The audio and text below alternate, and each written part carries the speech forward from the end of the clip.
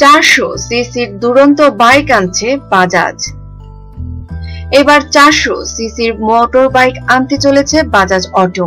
আগামী মাসের মাঝামাঝি বাজাজের নতুন এই বাইকটি বাজারে চলে আসবে।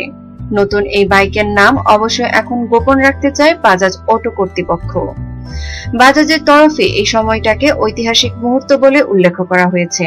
ঠিক 15 বছর আগে 2001 সালে নভেম্বরে তারা এনেছিল পালসার স্পোর্টস বাইক।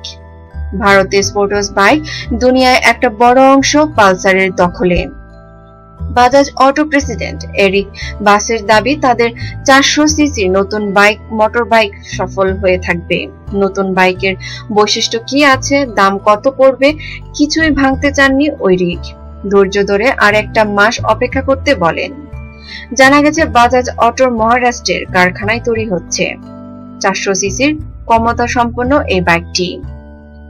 নিত্য নতুন খবর পেতে আমাদের সাথেই থাকুন এবং সাবস্ক্রাইব করুন।